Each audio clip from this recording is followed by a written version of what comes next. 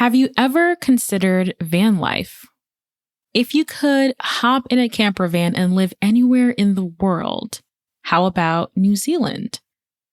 Well, I'm warning you because this episode just might push you to give it a try. Today, I'm joined by Lisa Jansen, a digital nomad, adventurer, contemplator of life, and a writer based in New Zealand. In 2017, at the age of 33, Lisa quit her well-paying job, sold most of her stuff, and moved in a camper van. Since then, she's been traveling around New Zealand while working remotely as a marketing consultant and writer, an experience she shares in her latest book, Life Done Differently: One Woman's Journey on the Road Less Traveled. In this episode, we're going to talk about the pros and the cons of van life, how van life transformed Lisa's life, and what it financially takes to live in a van. Of course, y'all, we know we're going to talk about the money, so we do address the financial aspects. And stick around to the end because Lisa signs off by sharing the best things to do in New Zealand for first-timers. Welcome to The Thought Card, a podcast about travel and money, where planning, saving, and creativity leads to affording travel, building wealth, and paying off debt. We are the financially savvy travelers. So, Lisa, I'm so excited to chat with you for a couple of reasons. I actually tweeted about this last week or this week, and I was talking about how in my 20s, I wished I would have pursued van life, digital nomadism, just like the freedom that I had in my 20s is different from my life today. So when I stumbled upon your work and hearing your story was really inspiring, how you spent the last 6 years living in a van and exploring New Zealand. So at the age of 33, you had everything you could have imagined, but doubt started to creep in and you were considering traveling, taking a different life path. So take us back in time. 6 years ago, what was going on in your life and why was travel the option that you chose? Yeah, great question. And first of all, thanks so much for having me. Really excited to be here and to have a chat. So it all started, 6 years ago now. I was 33, or sort of started almost 7 years ago now. And I think a lot of people sort of maybe can relate to this when you're 33, you haven't done the whole, get married, have kids yet, but everyone around you does. And for me, that was really sort of a bit of a, hold on a second, like, do I want to do that?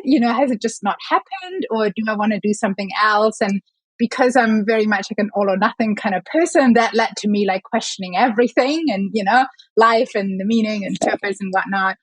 I just got to a point where I was really wanting to, I guess, challenge what our ideas are about a good life and challenge this idea that, a good life is working 9 to 5 in a job, having a house, having a family, having a dog, though I would like to have the dog, but, that picture. And I just think that travel is such a great way to challenge yourself, to open your mind to possibility, to expose yourself to ideas and people that you probably wouldn't be exposed to in everyday life. So that kind of where, the travel came into it. And then because I'm very, very lucky, I live in New Zealand, which I think is one of the best countries in the world.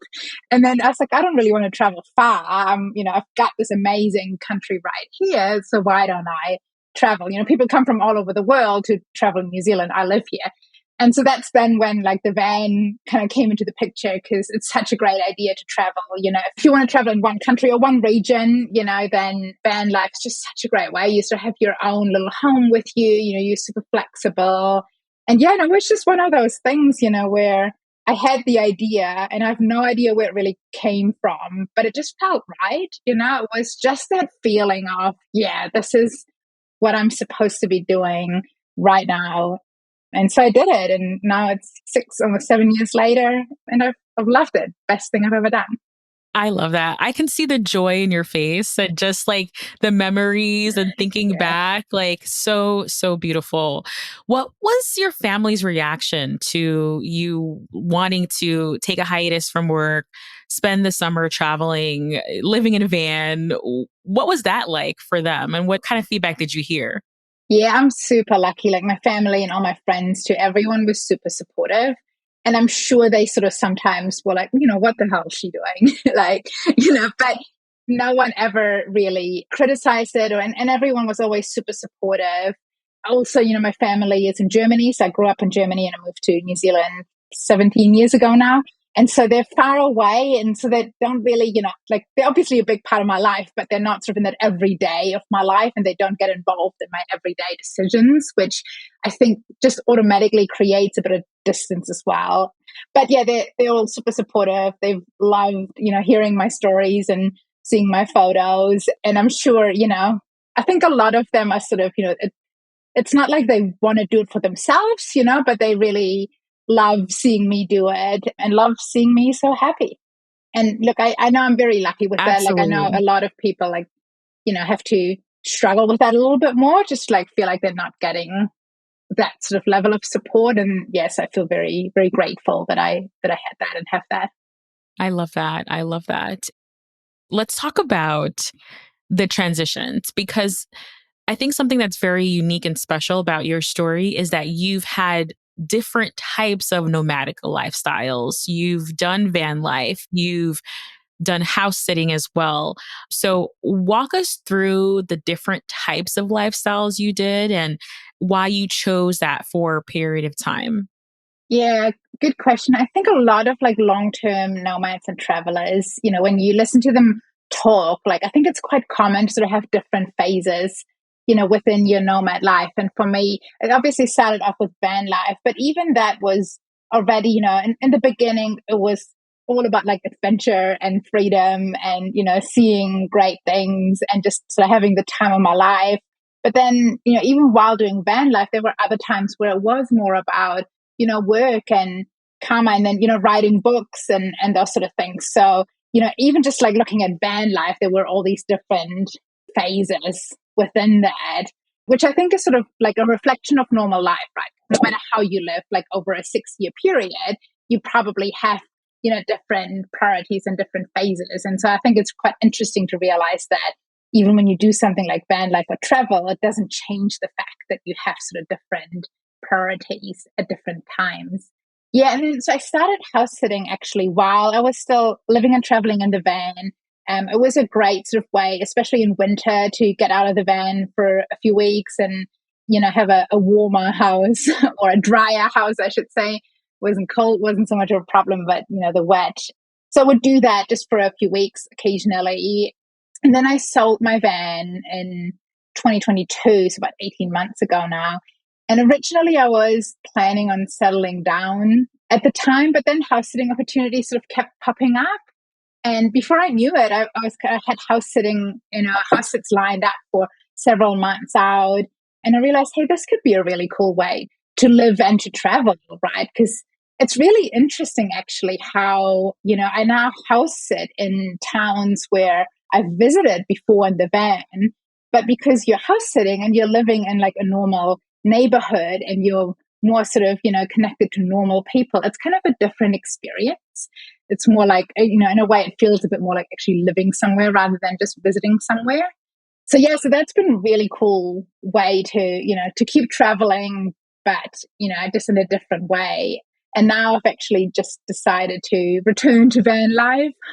I miss it too much. I love house sitting. It's been great, but I miss having my own home, even if it's like a small one on wheels. And yeah, and so I've decided to buy a caravan this time. So I think the terminology maybe in the US is a little bit different, but a trailer. I don't know if you say caravan to that, but that's what we call campers on a trailer.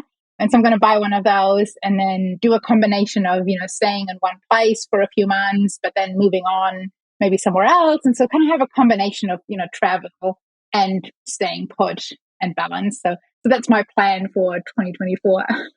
Yes. And I was reading your blogs, and something that I just reflected on me when I was reading them is there's a lot of thought process that goes into each phase of your life and the decision to make a change in your lifestyle. So, talk to us about that. Like you mentioned, when you were a long term nomad, things are going to change, you're going to evolve. So, how does that reflection period look like for you? Or do you decide, I need to change, I'm going to just change it tomorrow? What does that look like? Yeah, I've definitely done the, I want change and I want it now, and just, let's just like throw all reason out of the window and go for it. I've definitely done that occasionally, but on the whole, I'm definitely more of a, I guess, sort of thoughtful person, and I analyze things and go over it. And, often sort of takes a while for me to really process things. And for me, like, writing has always been my way of thinking and processing. Like, I do my best thinking while, writing about it. And so that's kind of where the blog came from. And sometimes I just then turn that writing into blog posts. But yeah, so for me, a lot of the times it kind of starts with just like a feeling or like a niggling sort of in the back of my mind. And I don't really know, what it is.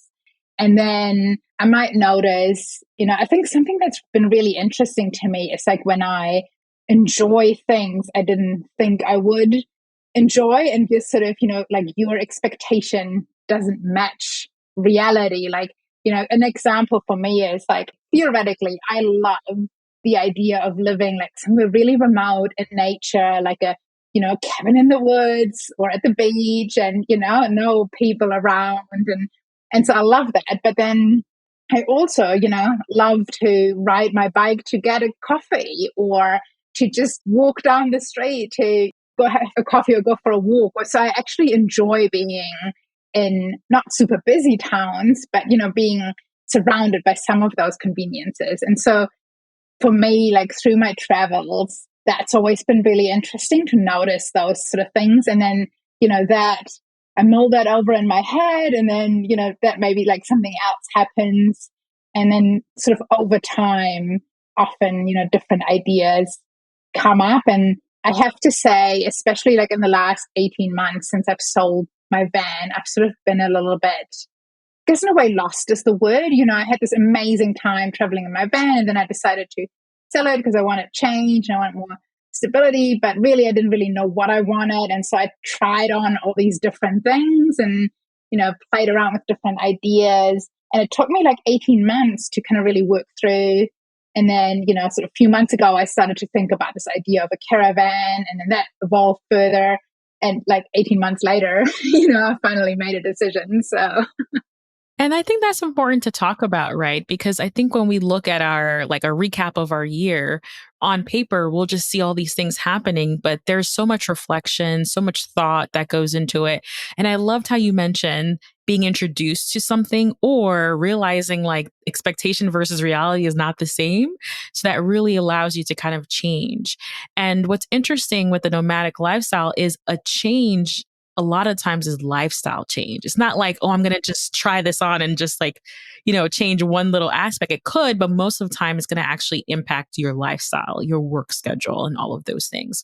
So I really appreciate that. What's New Zealand's van life scene like? Is it like everyone's doing it, or is it just like a small community? Like, tell us behind the scenes what that's like. it's definitely popular. So we definitely have a camping culture. We have everything from retirees in like big modern motorhomes to, families who, use the motorhome for like their, or the camper van for their family adventures to, lots of tourists come and buy vans, especially sort of smaller vans, and travel around in them for a while and then, sell the van again. So there's definitely, a decent community here. I would say that we have a really good camping culture. So Kiwis love to, like in summer right now, we're Southern Hemisphere, so it's the middle of summer for us. Most campgrounds, especially the ones close to beaches or lakes, would be packed with people with like tents and everything. So everyone goes to do that. And so because of that, we have quite a good camping ground infrastructure. You've got a lot of campgrounds, a lot of options. We do have we call it freedom camping, I think, I don't know what, you guys say in the US, but basically, parking up somewhere for free. We have that option as well. It is getting a bit harder. Like I've noticed with a lot of people internationally, New Zealand has this reputation of you can come and you can buy a van and then you don't have to pay for any campgrounds and accommodation. And it might still be possible if you're really sort of creative and really flexible, but I do think that's becoming a lot harder. And unfortunately, there is a little bit of a trend, sort of an anti-freedom camping trend, which I think we see in a lot of, countries and especially in places where it's popular. I mean, I've never done it anywhere else, so I can't really compare it. But I think on the whole, like the infrastructure is great.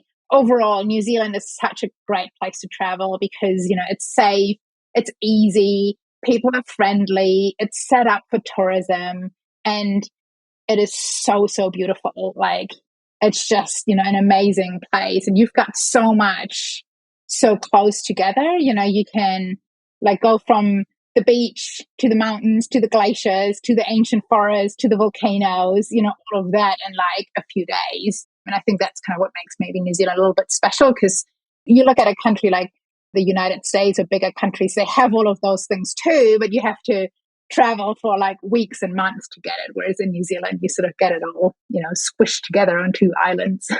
Yes. When I think of camping and when I think of camper vans, like we call them in the States, it's New Zealand. Like that's like the top of your wish list, right? Like Yeah. I love that. I love that. Yeah. So all the reasons you explained, is that why you decided to stay in New Zealand? Like, have you considered going outside of New Zealand to have this lifestyle? Or are you like, nope, this is me. I love it. It's just the right thing to do for you? Yeah, I get asked that all the time. So I love New Zealand. Like if you can't tell from, like I just love New Zealand. So there is not that incentive to go elsewhere. I also, it obviously cuts out a lot of costs by not having cover air tickets and that stuff. It also makes my work situation a little bit easier because even though I'm fully remote, all my clients are in New Zealand. So if there's ever anything really important happening and say up in Auckland, I can just get on a plane and fly up or drive up if I'm close enough. But also another really, really big reason for me is that I love all my outdoor activities. So I travel around with a bike, a surfboard, a stand-up paddleboard, kitesurfing gear, hiking gear. And I love, exploring different parts in that way, and with all these different activities. And if I'd go overseas, then I wouldn't be able to do that because going overseas from New Zealand means getting on an airplane and you can't, I'd have to pick one or maybe two things that I could take and that'd be it. And so it's been really fun to like travel around and have all that gear with me. So I think that's also another reason why the incentive hasn't been there yet. I'd be really interested to try it out in different countries. So I might, do that at some point. This goes back to the title of your book, Life Done Differently. I think that you're also showcasing to people that there's different ways to live a nomadic life. There are different ways to live van life and do van life. And if you want to stick to one country and be at home, that's fine too, right? Totally. And I would say that for me, like the travel is awesome. I love it. And I've loved, exploring New Zealand in this way. But if I think about the reasons why I do it and why I love this lifestyle, that is really only one of 3 or 4 reasons, right? And for me, so much is just about the freedom, the flexibility, the financial independence, just the, breaking free from norms and from that idea that, I have to spend the next 30 odd years of my life in an office, working 9 to 5. So that's, especially early on, that were my drivers almost more than the wanting to travel in a way. Mm-hmm. Absolutely. Absolutely. So if you had to go back and you're giving yourself some advice when you're starting out your van life, what would you say and what would you wish that you knew knowing what you know now? It's such a good question. And, I thought about this a lot as I was writing the book because, when you write a book, you like really reflect and you go back and you basically relive your own story. And there were definitely a few things. And, like a good example, like my first camper van that I bought, I had to write off in the end because it had so many rust issues. And so then I kind of like looked back and was like, man, I really wish I'd done more research and understood this better and, done my due diligence better. And there were sort of a few, just instances where, you like learn some lessons the hard way. But then when I really reflect and I look at all of it as a journey, and all of it together made it the experience that it was. And through that made me the person that I am today. I don't really want to change anything, because I feel like all of it together, if it hadn't been for the challenges, then I wouldn't have grown as much as I have. So, yes, I really wouldn't change anything, I think. Yeah, all the lessons, like you said, it just makes you a Yeah. stronger person and it's part of your story. When I was preparing for this conversation, one of the things that stood out to me, because I was looking at some of your past interviews, is you mentioned that van life inspired you to consider working less and kind of abandoning this structured 40-hour work week. And I was like, oh, this is brilliant. Like, this is amazing. So you mentioned also today that freedom, flexibility, financial freedom, these are all things that come with van life. So, how did you come to the realization like, I don't need to work 40 hours beyond, being in a cubicle now that you're no longer in a cubicle? Yeah, I still think that is probably the most valuable lesson that van life's taught me. So when I first set off in my van, I thought of it as something temporary, like I would initially, like it was a summer, and I thought, maybe I'm going to do a full year. But in my mind, I thought that ultimately I would have to go back to working in the city, working in an office. So I never really considered the possibility that I could do this long term, because that was just fact of life for me, right? Like I never considered anything else in the long term.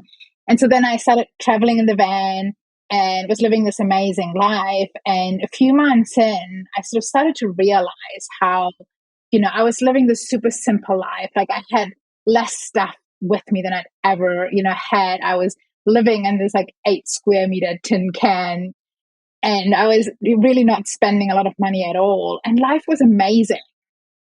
It really sort of opened my eyes to the reality that you don't have to work, or I wouldn't have to work 40 hours a week to afford the kind of life that makes me happy. And look, I want to acknowledge that I'm privileged in the sense that I have a career and a job that allows me to do that. I can work part time and still earn enough to like live not a luxury, but I live I don't have to worry about paying bills and putting food on the table. So I can cover, a simple life, but a comfortable life.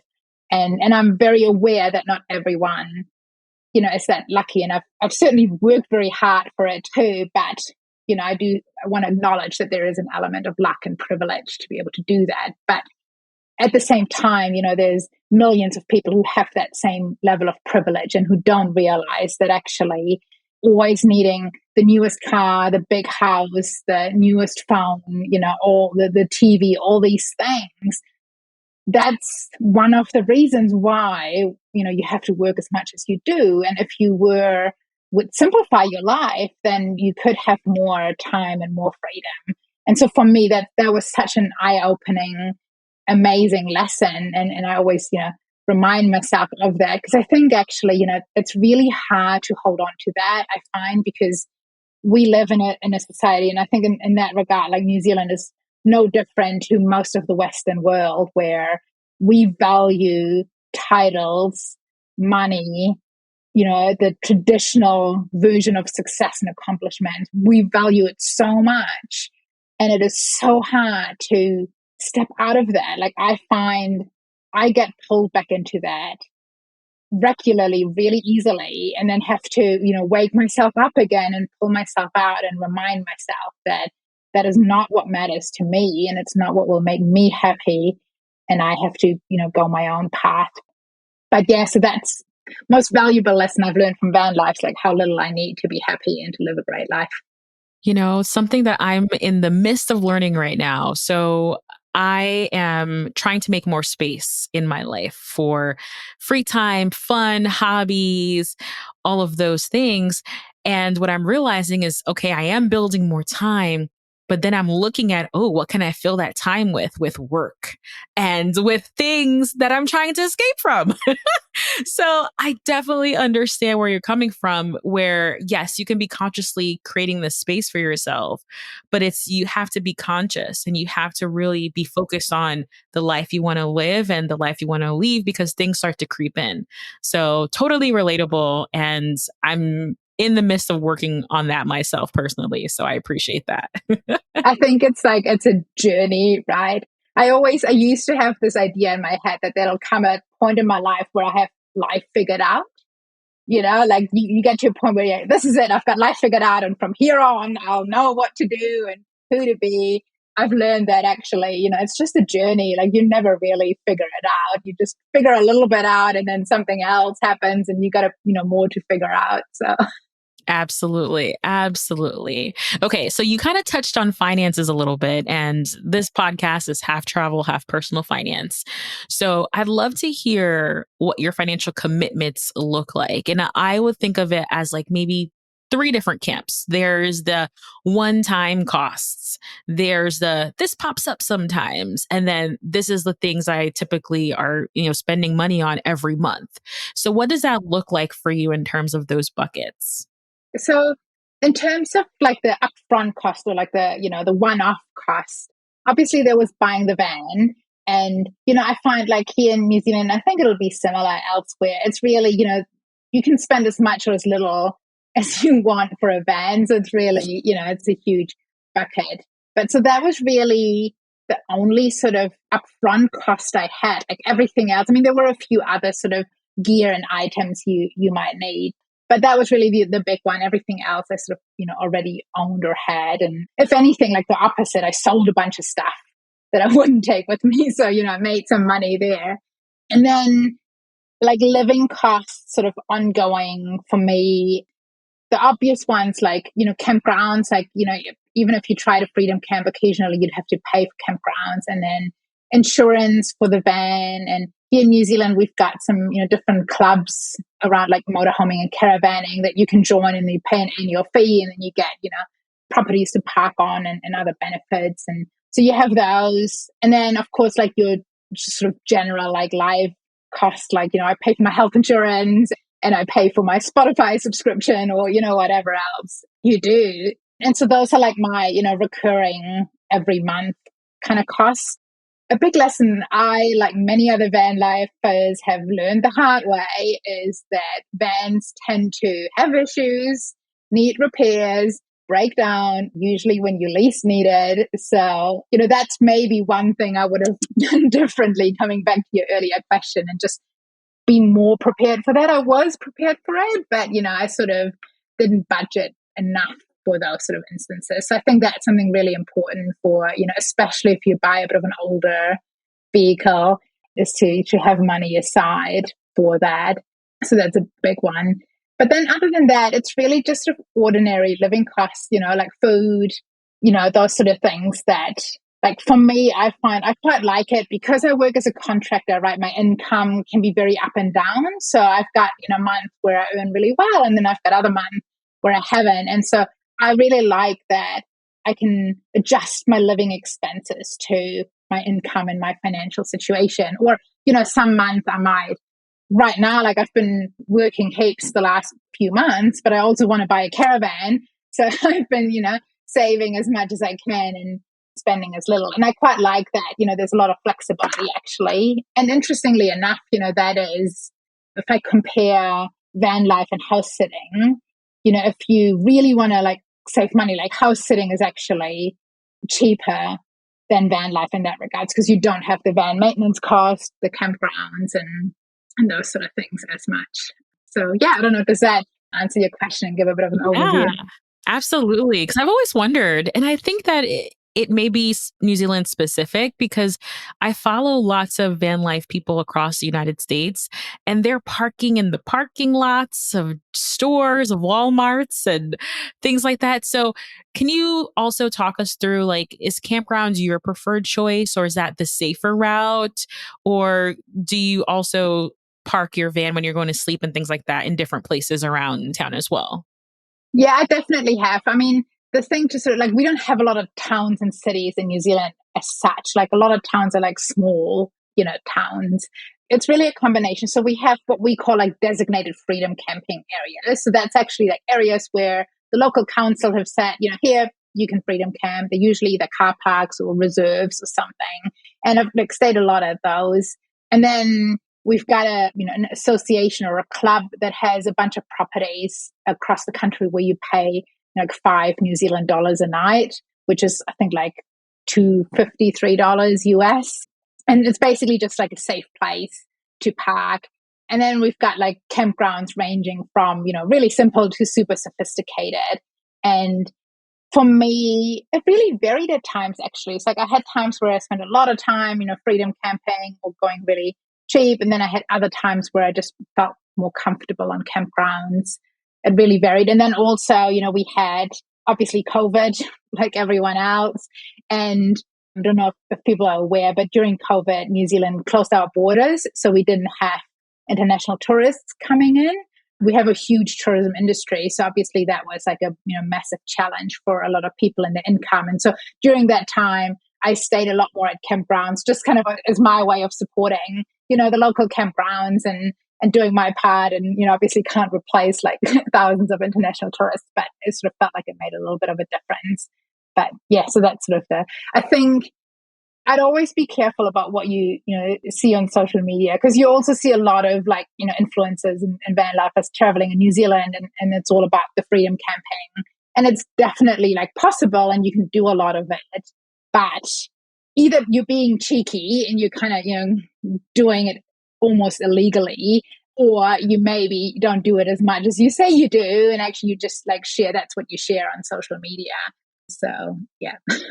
You know what? I know what cheeky means because I watched Bluey, which is, it's Australian, but I know what cheeky means. So I appreciate that. Thank you. And I appreciate the breakdown too, because Yeah. it's specific to New Zealand and their are options, right? That folks can consider, whether it's luxury side or it's on the free side. So I do appreciate that. All right. So we're going to be wrapping up, but I want to go full circle because 7 years ago, you chose van life as your starting point for your nomadic travel lifestyle. And you've tried on different types of travels along the way. You sold your van in 2022, right? You sold your van and now you're considering buying another van and you're starting over in a way. So what's that process been like of like rethinking about van life again, finding a new van, that sort of stuff? Yeah. Yeah, it's been such a process. So when I sold my van, the number one reason was that after 4.5 years and like having the best time, but one thing I started to miss was that sense of community and belonging. And, I'm someone who just, I don't make friends super fast. I need to see someone a few times before I start to feel comfortable with them. And I do like sort of my habits and comfort zone. And so this constant change of van life and always different people, different places, that would just get a little bit tiring. And so, the idea was to settle down and build a community and have more stability for a while. However, what kind of happened is like, first of all, I had a really hard time figuring out where I want to be because we've got so many amazing options in New Zealand.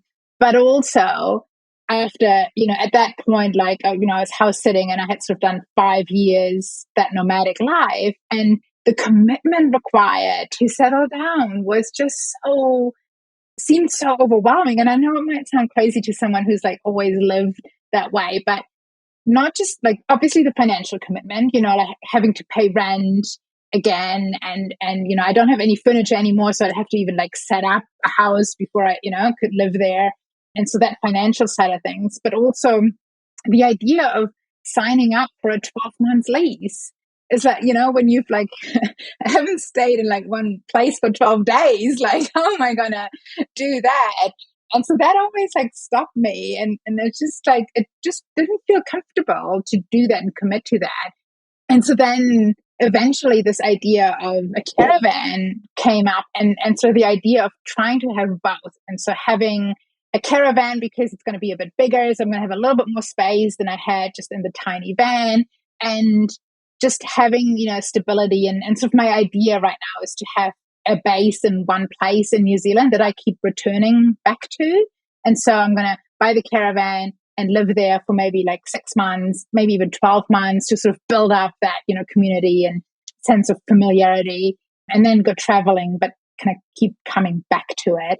And so it's me trying to have it all, right? Like I want the stability without committing to, a 12 months lease and rent, and some being super greedy, wanting to have it all. I'll let you all know how it goes. But yeah, so that was kind of the process, and, like a caravan rather than a van, like I said, because it's a little bit more space. And I also really like the idea of just having the separate car. So you can just, park the trailer, get around in the car. Here in New Zealand, you also get a lot more bang for your buck when you buy it. So it's, cheaper to buy a caravan than the equivalent of a motorhome or an RV. So yeah, so that's kind of, the process for the last 18 months. And it'll be really interesting to see how how this works out, because I'm definitely, sort of been searching for that solution for me that, allows me to have the stability while keeping my freedom and flexibility. So we'll see if this is it, or if maybe in a year's time I'm doing something else yet again. We're definitely going to be keeping in touch to see how things progress and how things grow. Before I let you go, I have to ask this question. Like, I want to know, what are your favorite places in New Zealand that you feel like first time visitors, like, if you come, you have to come here before we go? Such a big question. So many, right? But I would say if you're a first time visitor and you really just want to have that New Zealand experience, then I would go to Queenstown, but don't stay just in Queenstown. So travel around the Southern Alps, the glacial lakes, Lake Tekapo, Lake Pukaki, Mount Cook. That is probably like the most sort of iconic, impressive New Zealand scenery. And then if you have time, go up the West Coast, one of the most amazing road trips in the world, or, go east and you've got amazing beaches. But yes, I'd say, if you come for the first time, that's probably it. If you've been before, or if you really love to like just be off the beaten track, then I'd stay away from Queenstown, because it's like the tourism capital of New Zealand, and like go to, the smaller towns, smaller areas. Like you can't go wrong. It's like beautiful everywhere. I appreciate that. I had to ask because I'm selfish and I want to know for myself. So, Lisa, thank you so much for coming. This was incredible. You offered lots of great insights. And I hope if someone's thinking about van life, or honestly just thinking about living life differently, that you offered inspiration and ideas and proof that you can do it. So let folks know how they can connect with you. You have a podcast, a book. Let us know all the things. Awesome. Yes, my website is just lifedonedifferently.com. And from there, you can find everything else, including the podcast. Social media, I'm Life Done Differently NZ for New Zealand, because someone else already had Life Done Differently. And as you might have guessed it by now, my book's also called Life Done Differently. So that's my newest book. And that's a memoir that tells the story of the journey that I've been on for the last 5-6 years. So anyone who's interested to hear more about that or learn more about that, check out the book.